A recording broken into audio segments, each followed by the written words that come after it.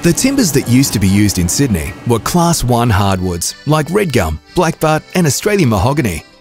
We've used recycled grey ironbark and cut it to the original size. The blocks used to be dipped in boiling hot coal tar by hand and then passed from man to man to be laid immediately. It was a hot, dirty job and the workers would breathe in the vapours. Coal tar has several problems. It's carcinogenic, for example, so an emulsion that produces the same results has been substituted. Alright, so basically what I'm doing, I'm just going to dip these paving stones in emulsion and let them dry up in this bucket for a while these guys stack it just on these wooden rods to dry in the sun.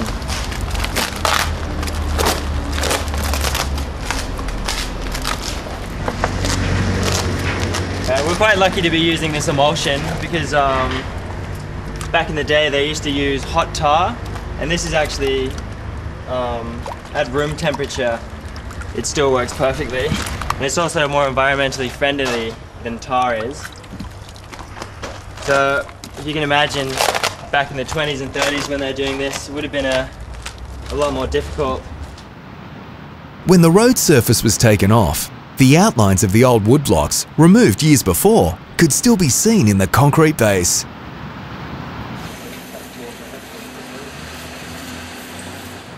The blocks were laid in stretcher bond pattern and some were cut to fit on site.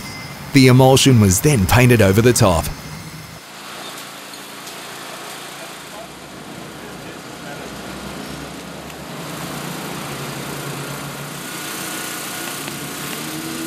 Originally, the woodblocks would be coated with tar, sand and screenings to provide traction for horses. When the woodblocks were complete, an interpretive panel was installed to inform people about the history of George Street and the woodblocks.